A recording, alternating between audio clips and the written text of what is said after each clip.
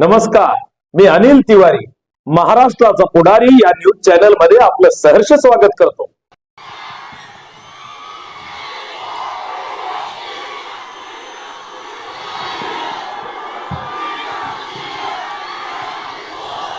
आजच्या या अभूतपूर्व पंकजाताईंनी चालू केलेल्या दसरा मेळाव्याला उपस्थित असलं तुम्ही केल्यामुळं तुम्हाला माहित नाही काय काय झालं। एक गोष्ट ऐकताय का? गोष्ट ऐकता का? एक मग शांत बसा, शांत बसा, शांत बसा।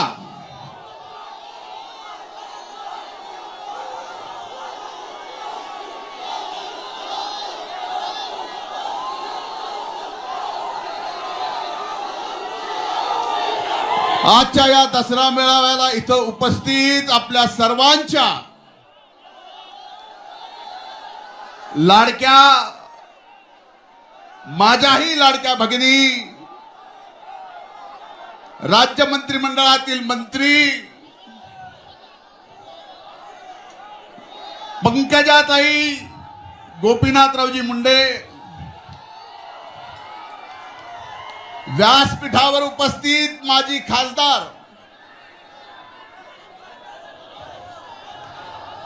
माझ्या भगिनी प्रीतमताई, तुम्ही खाली बसा। बास झाले ना नाटक, हेच करीत आलो मी पण। बस खाली। आम्ही साहेब स्टेजवर असलं की खाली ना असंच करायचं आम्ही। बसा, इथं खाली बस रे, खाली बस जरा। टेक टेक, सिटून घे, सिटून।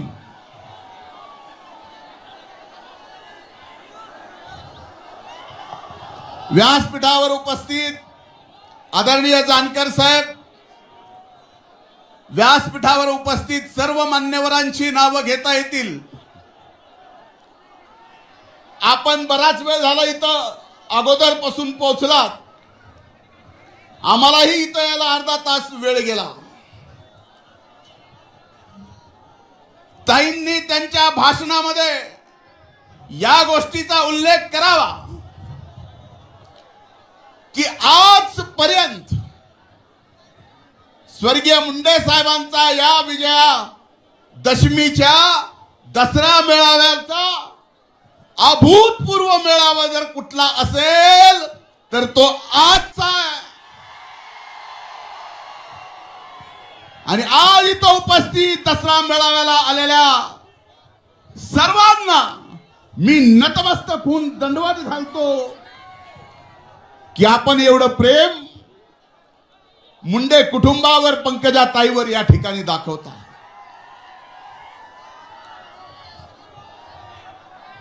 खरं तर परिस्थिती हा मेळावा होण्यासारखी काही दिवसापूर्वी नव्हती। अभूतपूर्व पाऊस आला, अतिवृष्टी आली, पूर आला, गोदावरीत आला, मांजरात आला, सिंधफणात आला।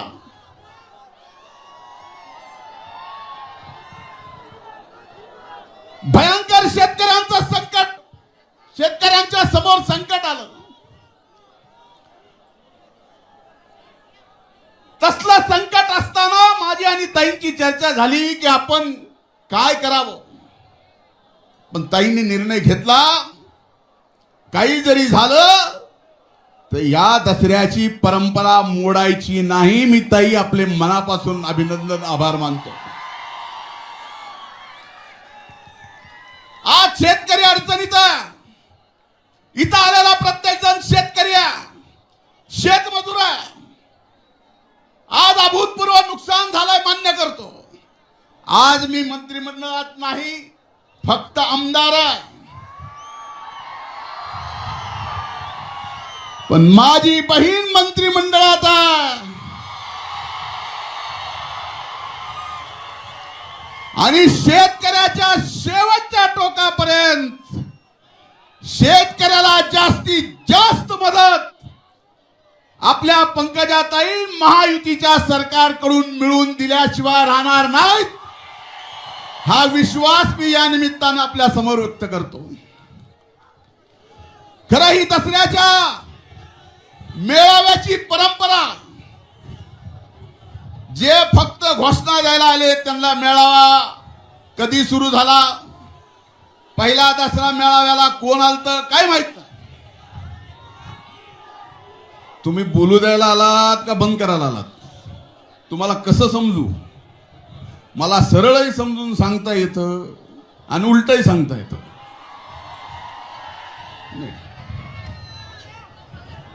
भगवानगडाचं उद्घाटन स्वर्गीय यशवंतराव चव्हाण साहेबांनी मुख्यमंत्री असताना केलं. दसऱ्याच्या दिवशी, त्या दिवसापासून दसऱ्याच्या या मेळाव्याची परंपरा आहे. या दसऱ्याच्या मेळाव्याला देशाच्या ऐतिहासिक नकाशावर जर नेला असेल तर आजही डोळ्यात पाणी येतं. ते स्वर्गीय मुंडे साहेबांनी हा दसरा मेळावा जगाच्या नकाशावर नेला आणि आज अभिमान वाटतो मला माझ्या बहिणींचा, पंकजाताईंचा आणि प्रीतमचा सुद्धा, की साहेब गेल्यानंतर सुद्धा असंख्य अडचणीत तुम्ही ही परंपरा चालू ठेवली आहे. मला माझ्या बहिणीचा सार्थ अभिमान आहे.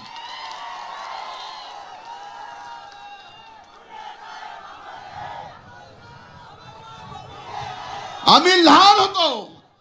लहान असताना स्वर्गीय मुंडे साहेबांसोबत, स्वर्गीय अण्णांसोबत त्यांच्या हाताच्या बोटाला धरून दसरा मेळावा भगवानगडावर जाऊन पाहायचो. हा दसरा मेळावा साहेब नेहमी सांगत की ही विचाराची देवाणघेवाण आहे. मी देवाणघेवाण बघत असताना पुढे आलो, परत मागं बघितलं, पुढे आलो, परत मागे बघितलं. मग मागच्या दसऱ्याला मी होतो. मागच्या दसऱ्याला मी होतो, त्यातले अनेक जण मागं दिसनात. म्हणलं कामून?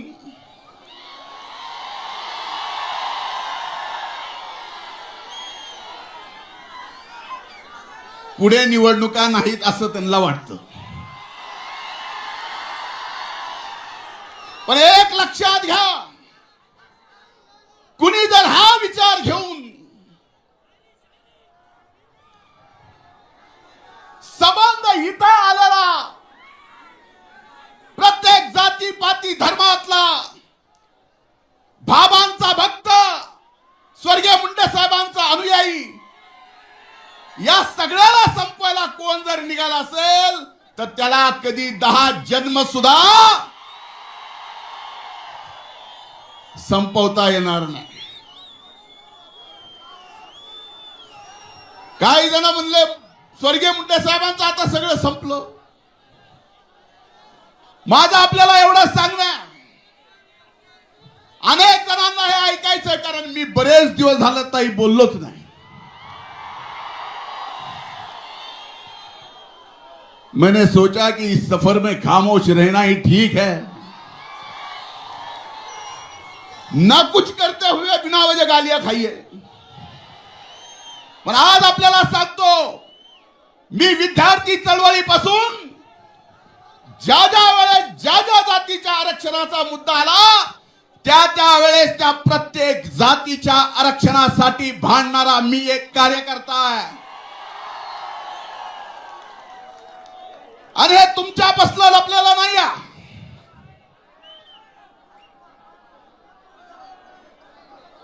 तुमच्यापासून लपलेलं नाही आहे. पण एक गोष्ट लक्षात घेतली पाहिजे की इथं आपण आलो बसलो, मराठा समाजाला आरक्षण दिलंय, आम्हाला आनंद आहे, कारण त्या मराठा आरक्षणाच्या चळवळीत सुद्धा आम्ही होतो. पण काही जणांना या आरक्षणाच्या आड राहून ओबीसी मधून आरक्षण घ्यायचंय, ईडब्ल्यूएस इकॉनॉमिक वीकर सेक्शन, एक उदाहरण सांगतो, तुम्ही ऐका की नाही ऐका, माध्यमांनी ऐकावं. ओबीसीचा आत्ता आलेला एमपीएससीचा रिझल्ट, त्याचा कट ऑफ होता 485 आणि स्पेशल विकर सेक्शनचा निकाल 450. म्हणजे 450 मार्क जर मी मराठा समाज म्हणून, इतर स्वर्ण समाज म्हणून मला जे कुठलंच रिझर्वेशन मिळत नाही, मी जर इकॉनॉमिक विकर सेक्शन मध्ये भरला असतो तर 450 पास झाला असतो. प्रमाणपत्र घेऊन ओबीसीत आल्यानंतर मात्र 480 घेतलं तरी नापास आहे. कुणाला फसवताय?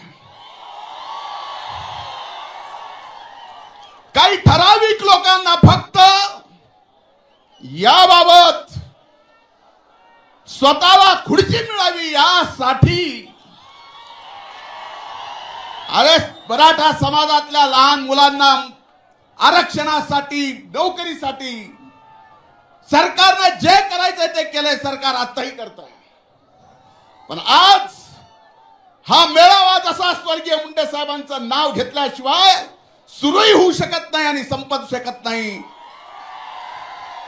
तसं आम्हाला सुद्धा आपल्याला सांगावं लागणार आहे की आरक्षण दिलंय, आणखीन ते आमचं म्हणणं नाही, पण आता याच्यातल्या ताटातलं काढून त्या ताटात. शेवटी हा मेळावा विचाराची देवाणघेवाण आहे. जानकर साहेब बरोबर आहे. एक गोष्ट लक्षात घ्या, मी मागच्या 250 दिवसात माझ्या बहिणीला माहिती आहे, माझी बहीण तासन तास माझ्याजवळ येऊन बसत होती, अशी वाईट मानसिकता माझी झाली होती. मला आधार देत होती त्या काळात, ज्या काळात ही सर्व माध्यम माझ्या विरोधात मीडिया ट्रायल चालवत होते. त्यावेळेस मला आधार दिला माझ्या बहिणीना, माझ्या पक्षाच्या महायुतीच्या नेत्यांना. पण मला एकच सांगायचंय, माझ्या विरोधात जे घोटाळा काढला, कोर्टात गेले, कोर्टातून निकाल मला क्लीन चिट दिली आणि ज्यांनी कोर्टात गेला त्याला ₹1,00,000 दंड भोगला.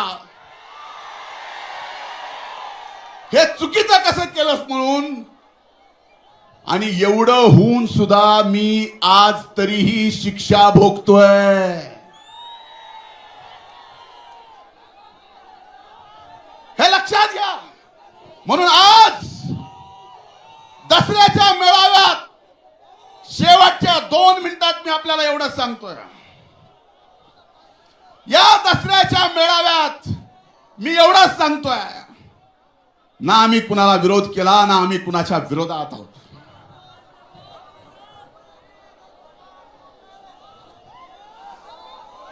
हा अध्यात्माशी आणि शिक्षणाशी जुडला गेलेला समाज आहे. म्हणून माझी आपल्याला सगळ्यांना विनंती आहे की आपल्या सगळ्याला सुरुवात करावी लागेल आणि आपल्याला सुरुवात करावी लागेल की आज जे बीड जिल्ह्यामध्ये जाती पातीचं एकमेकाला न बघणं, एका जातीचा दुसऱ्या जातीचा जिगरी दोस्त, त्यांची दोस्ती तुटली, हे वातावरण आपल्याला सगळ्याला मिळून बदलायचंय आणि सर्व जाती धर्मातला हा द्वेष पूर्णपणानं काढायचा आहे. हाच या दसरा मेळाव्याच्या निमित्तानं ताईंची परवानगी घेऊन मी संदेश देतो. इथं थांबतो.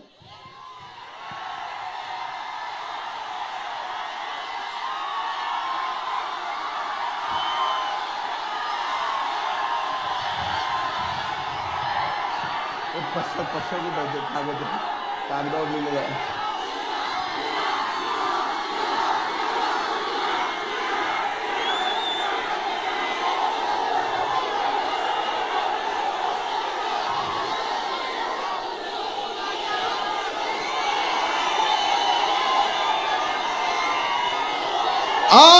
लगी थी घर में,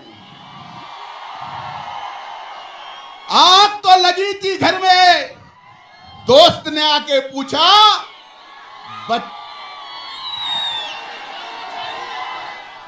आग तो लगी थी घर में, दोस्त ने आके पूछा घर में आग लगी है तो बचा क्या है। मैंने दोस्त का कहा मैं बचा हूं, तो दोस्त ने कहा अगर तू बचा है तो जला क्या है। शेवटी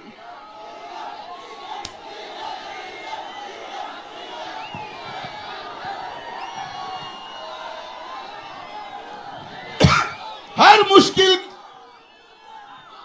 आमचं एकच आहे तुम्हाला सांगतो, हर मुश्किल को हसते हसते तुमच्या समोर डोकं फोडून, मी अरबिक भाषेत जरी शेर सांगितला ना तरी असेच ओरडणार आहे.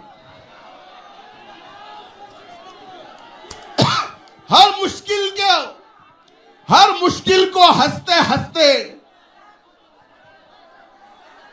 झेलते हैं हम, आम्ही सगळंच हर मुश्किल को हंसते हंसते झेलते हैं हम.